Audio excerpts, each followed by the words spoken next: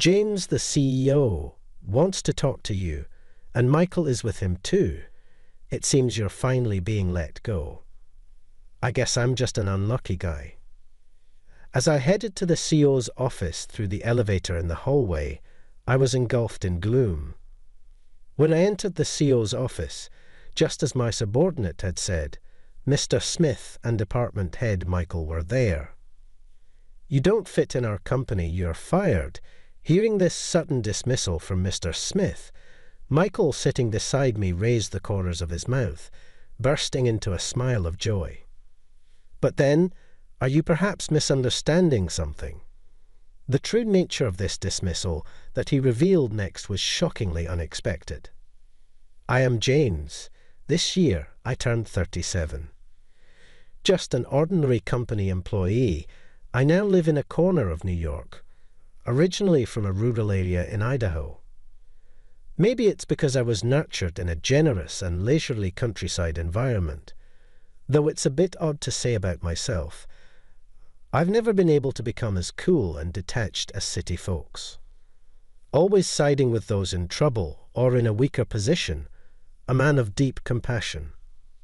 I went to school in rural Idaho until high school and then attended a mid-tier private university in New York.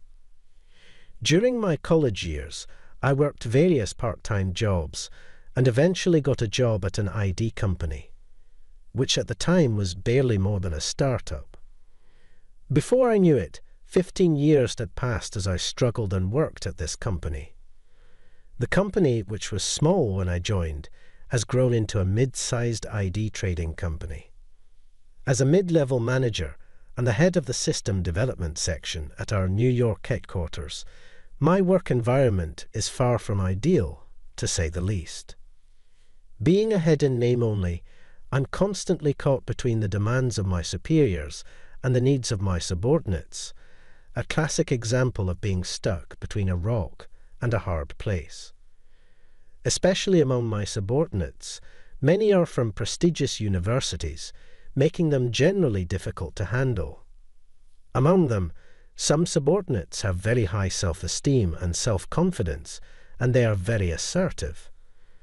Therefore, as a mediocre supervisor with a significantly lower educational background than theirs, I often sense their defiance and mockery towards my instructions, even if they don't express it openly.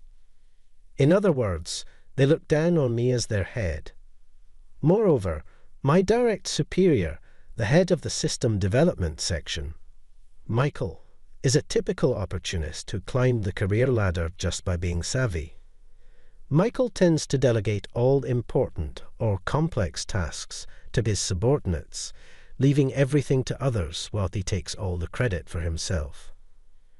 These troublesome subordinates and superiors are mostly from the prestigious private university Key University, forming an unbearable internal clique. Michael often says to me, "James, your alma mater university is like the typical fallback university for us Key University graduates, isn't it?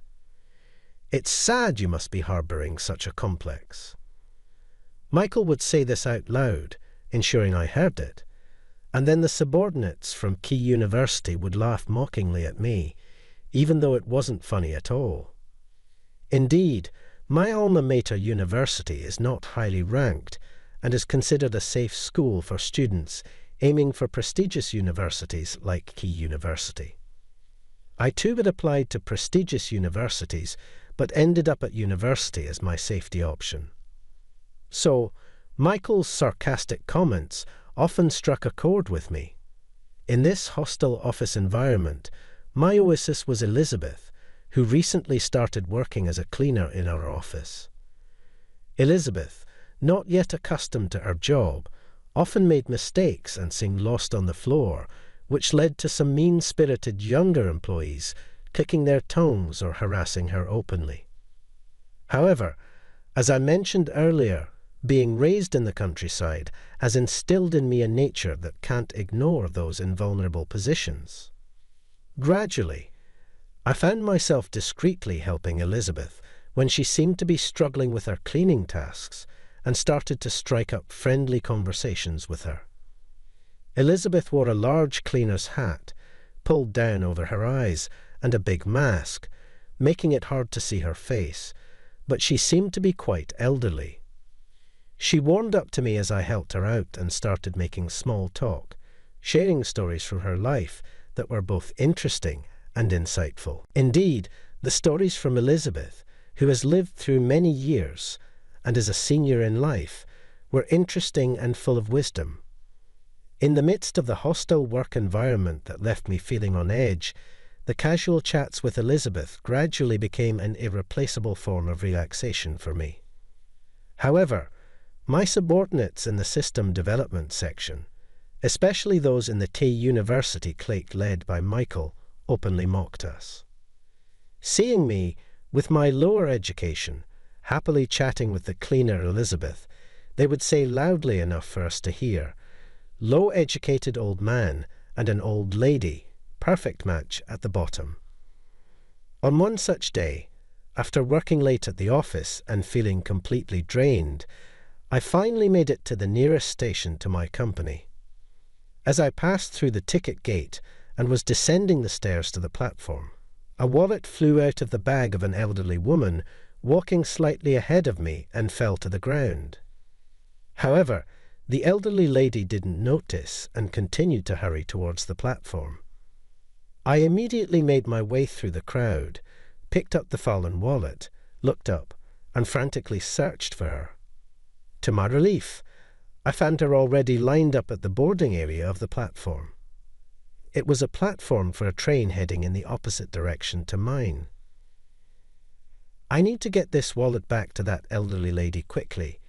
In the midst of the rush hour crowd, I hurried down the stairs to the platform as fast as I could. But, unfortunately, the train was already pulling in. The train doors opened all at once, and the elderly lady boarded. No choice, it's going the opposite way, but I'll have to get on that train. Desperate. I raced down the stairs and barely managed to slip through the doors just as they were closing, boarding the train heading in the opposite direction to my home. Once on, I found the train packed to the brim with commuters. I had seen the elderly lady with the lost wallet board the next car over. I have to get this wallet to her before she gets off, while receiving some annoyed looks and tisks from other passengers. I apologized profusely and slowly made my way through the crowded car towards the next one. By the time I reached the elderly lady's car, 2 stations had passed. As I quickly explained how I found her wallet and came to return it, the elderly lady looked incredibly surprised. Though she appeared quite elderly, she seemed energetic and had a kind, refined face. What struck me was how her eyes widened in shock the moment she saw me. "You are such a kind person to go out of your way to return a lost wallet by boarding a train going in the opposite direction of your home." The elderly lady was so moved, thanking me repeatedly, that I became embarrassed and modestly replied, "Oh, it was nothing, just doing what anyone would." Just then, as the train was stopping at the second station, I said, "Well, this is my stop," and bid the elderly lady goodbye before hopping off the train. Having taken the train in the wrong direction, I decided to wait on the opposite platform for a train going back the way I came. That's when something strange occurred to me. How did that elderly lady know I took the train in the opposite direction, despite not having mentioned anything about myself? The elderly lady somehow knew I had taken the train in the opposite direction to return her wallet. Life is full of mysteries. With a puzzled shake of my head, I boarded the train home. The next day, as I arrived at work, as usual, my colleague Brian rushed over to my desk. "James, thank you so much. The proposal you advised me on last week, I presented it as you instructed, and we got the contract. And this morning, Mr. Smith personally called me to commend me for it. All thanks to you. Honestly, I had always thought Brian was one of those who looked down on me with a bad attitude, so his sudden change took me by surprise. I had advised Brian on numerous occasions, and this wasn't the first time a deal had gone through, but it was the first time he had expressed gratitude and thanked me like this. Being praised by Mr. Smith personally, really such a game changer. Sensing my skepticism, Brian added, "Yeah, James, the reason I came to thank you is that he told me to." He said, "This successful deal is thanks to James, a competent and exemplary supervisor. Make sure you thank him properly." Watching Brian walk away, I muttered to myself, why would he? That day was just the beginning, and from the next day on, the atmosphere around me at work began to change significantly. Without altering my work style or approach from the previous week, good news and results started coming my way, one after another. Specifically, one of our long-standing clients approached us with a proposal to embark on a major project together, and to my surprise, they nominated me as the person in charge from our company. Having worked here for about 15 years, this was the first time I had been specifically requested for a project. In the past, even if I did high-quality work, someone else always seemed to take the credit or obstruct my efforts. It felt like I had gone from being a symbol of misfortune to someone basking in the limelight. I asked Jessica, the client's representative, why she chose me as the lead person for our company, despite there being other employees available. Jessica replied, "It was because Mr. Smith recommended you." He assured us that if it's James from the System Development Department, there can be no mistake. "We took the liberty of looking into your past achievements and, true to his word, found you to be an exceptionally capable individual." I was taken aback to hear once again that he had played a role in this. So, my once luckless corporate life seemed to be taking a turn for the better recently, lifting my spirits and making me grin to myself. Being appointed as the person in charge of an unprecedentedly large project for a client filled me with enthusiasm, and I dived into the preparations. This project was undoubtedly the biggest opportunity in my career, and its success would significantly enhance my reputation. I was brimming with motivation. Day after day, I stayed late at the office, fully focused on preparing for this project, creating specifications for the newly developed program, drafting various explanatory documents, preparing for presentations. I was giving it my all, drawing on every bit of strength I had. After a month of such dizzyingly busy and fulfilling days, the final presentation, where I would meet all the clients, was just 2 days away. After tirelessly working through sleepless nights, I managed to complete the new system and nearly finished the specification documents and the extensive materials for business negotiations by yesterday. On the day before the presentation, I arrived at work, trying to contain my excitement, and launched the newly completed system for a trial run. Then, I tried to open the specification document file stored on my PC, along with other files for the business negotiation presentation. But they were gone. All the files had been deleted. Moreover, all the backup files I had made as a precaution were also erased. Even more, all the documents I had printed out and piled up next to my PC just the day before had vanished without a trace. This can't be happening. What on earth is going on? I felt a chill run down my spine and couldn't help but shout out loud in panic.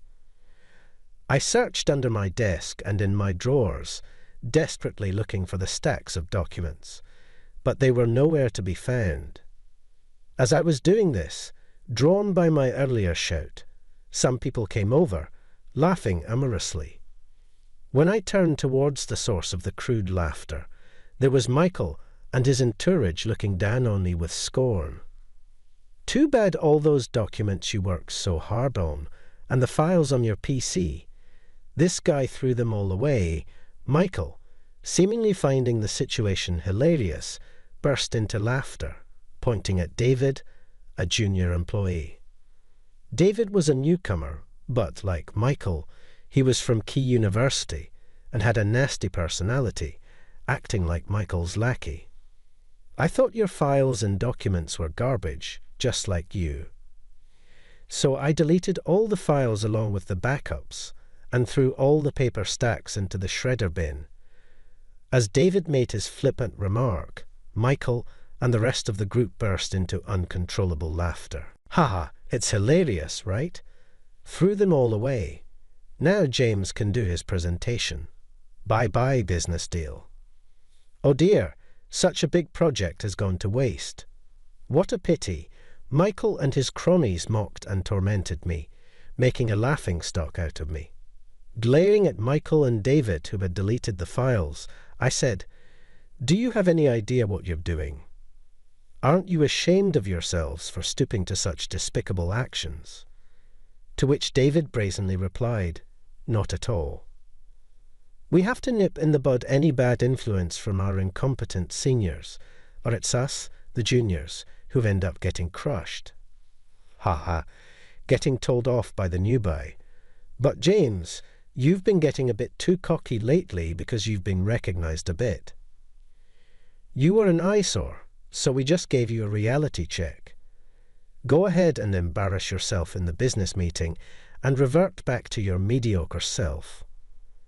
And don't you dare get ahead of yourself ever again. Michael, seizing the moment, then added, "It is true feelings." Hearing Michael's appalling words, I realized everything. Michael, the department head of system development, was deeply resentful that I, a mere supervisor, had been appointed by the client for a big project, bypassing him. I felt his actions were clearly driven by ugly jealousy towards me. Stunned by their actions and responses, I was left speechless as Michael, with a parting shot of, "Let this be a lesson. Never overstep again. You worthless supervisor," walked away with his entourage from my desk. As I watched their retreating figures with a sense of despair, I muttered to myself, all the backup files were deleted and all the documents were thrown away. I could start over from scratch, but there's absolutely no way I can finish before the day after tomorrow's business meeting. It's all over. How could I have been so careless? I blame myself for leaving my PC unlocked and for carelessly leaving the documents by my desk. Feeling a sense of futility in hindsight, the next day I went to work feeling utterly despondent. With the business meeting now seemingly doomed, my spirit had hit rock bottom, and I was overwhelmed with depression. Barely able to stand, unable to focus on work, I went to the break room alone, repeatedly sighing and holding my head in my hands embarrassingly. I felt a lump in my throat from my own inadequacy. Then someone patted my shoulder. Looking up, I saw Elizabeth, the cleaner, looking at me with concern. "Elizabeth, sorry, I'm not really in the mood for small talk right now." As I said this, Elizabeth smiled kindly, with just her eyes showing. Then she presented something she had been hiding behind her back. To my astonishment, it was the stack of documents I had printed out, which were supposed to have been thrown away by David. The specification documents for the new system, the materials for the presentation, and all the documents for the business negotiations were all there, intact. "Elizabeth, where did you find these?" surprised I asked. And Elizabeth replied, "The day before yesterday, when I was collecting trash, I found a large stack of documents in the bin for shredding, which isn't usually there. It seemed odd, so I checked and saw they were the documents you've been working so hard on every day. I thought to myself that I couldn't let such important things be shredded, so I collected and saved them all." Right there at that moment, Elizabeth appeared to me like a saint. "Elizabeth, thank you so much. With these, I can go ahead with tomorrow's presentation and negotiation. You saved me at the last minute. You're my savior, Elizabeth. Thank you." Overwhelmed with gratitude, I couldn't help but rejoice, as Elizabeth watched me with a pleased expression, nodding repeatedly as she spoke. What goes around comes around. You're my saviour after all. Faced with Elizabeth's cryptic remark, I looked at her in bewilderment, only to see her chuckle amusingly in response. The following day, I was able to attend a presentation for the big project we were working on with our client, and thanks to the documents I managed to conduct a successful presentation. The subsequent negotiations also ended in great success, leading to contracts with several major client companies. It turned out to be one of the largest deals in the history of my company. I wanted to share this great success with Elizabeth, who had saved the documents before anyone else. When I happily arrived at work the next day, I was greeted by David, one of Michael's spiteful followers.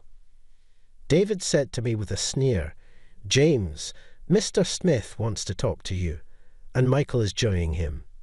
It seems, James, you are finally being let go." Still buzzing from the success of yesterday's negotiations, David's words felt like a cold shower. Just when I thought I was finally in a position to shine, my joy was short-lived, and now I was being fired. David mentioned that Michael was also in the CEO's office. Probably Michael had framed the deletion of my files as a result of my mishandling. That must have led to discussions of my dismissal due to a supposed lack of confidentiality management skills. I guess I'm just an unlucky guy. With a heavy heart, I made my way to the CEO's office, pondering over these thoughts in the elevator and the hallway. I knocked and entered the CEO's office. Upon entering, just as David had said, Mr. Smith and Michael were there. "Ah, James, you've come. Take a seat." Mr. Smith gestured for me to sit. Then unexpectedly he said, "You're not suited for our company. You're fired." I thought to myself in shock, this is so sudden, and screamed internally. Hearing Mr. Smith's abrupt announcement, Michael sitting next to me grinned with joy. Although I was prepared for the worst, the injustice of it all filled me with an unbearable sense of frustration. I couldn't help but question Mr. Smith. "Mr. Smith, I'm fully aware that I hadn't performed perfectly. I apologize. However, I have always worked diligently for this company. Isn't a sudden dismissal too harsh? Could you at least explain the reason?" Cutting off my plea, Mr. Smith said, "Hold on, James. It seems you're misunderstanding something. I wasn't talking about firing you." I exclaimed in surprise at Mr. Smith's unexpected response. "James, you're a treasure to our company. Firing you would be a loss for us." I was talking about firing Michael. At Mr. Smith's words, Michael was taken aback. "What are you saying, Mr. Smith? Why would you fire me, the manager, instead of this incompetent supervisor?" Even at this point, Michael didn't hold back his disdain for me. "It's quite the opposite, and Michael, why do you think it's only fair for you to be fired? You should know best, don't you?" "Come now," Mr. Smith shouted towards the secretary's office. Then the door to the secretary's office opened, and in came Elizabeth. Seeing her, Michael was the first to react angrily. "The cleaning lady, hey, we're having an important conversation here. Don't just barge in." Despite being yelled at by Michael, Elizabeth retorted, "Old lady, who do you think you're talking to?" With that, Elizabeth removed her mask and hat, which she never took off in public, upon seeing her face. I couldn't help but exclaim, it was definitely a face I recognized. "It's you, the lady who dropped her wallet on the train that time." When I tentatively asked, Elizabeth smiled warmly and replied, "Yes, thank you so much for that time. Thanks to you, I didn't lose my important cash cards and driver's license. You're my saviour. To think that the elegant elderly lady I encountered that time was the cleaning staff I chatted with every day." Seeing my speechless surprise, Mr. Smith added with a smile, "Indeed, James. I also want to thank you for returning my mother's wallet. Though belated, I appreciate it." It seemed Michael was the most shocked by Mr. Smith's words. "My mother? Wait, is this lady really your mother?" As Michael's face turned pale with shock, Mr. Smith reprimanded him sharply. "Watch your mouth, Michael. You've been slandering someone's mother by calling her an old lady. It's because of your twisted personality that you're utterly unfit for our company." Michael, scolded by Mr. Smith, began to tremble with fear, his face turning even paler. After giving Michael a disdainful glance, Elizabeth began to explain the situation. The details were as follows. The mother, wanting to contribute to Hiram's company in some way, decided to utilize her cleaning skills and began working as a cleaner. While working as a cleaner, she observed the office staff and their characters. During this time, Elizabeth was drawn to my work ethic and character. After the incident with the wallet, she had even suggested to her son that my promotion and performance evaluation be reconsidered. Moreover, Elizabeth had been keeping an eye on Michael's tyrannical behavior and had reported everything, including the truth about the negotiation documents, to Mr. Smith. That was the essence of it. During Elizabeth's explanation, Michael's trembling grew worse, and he eventually collapsed to his knees on the floor, completely overwhelmed. This was truly a sight of utter defeat.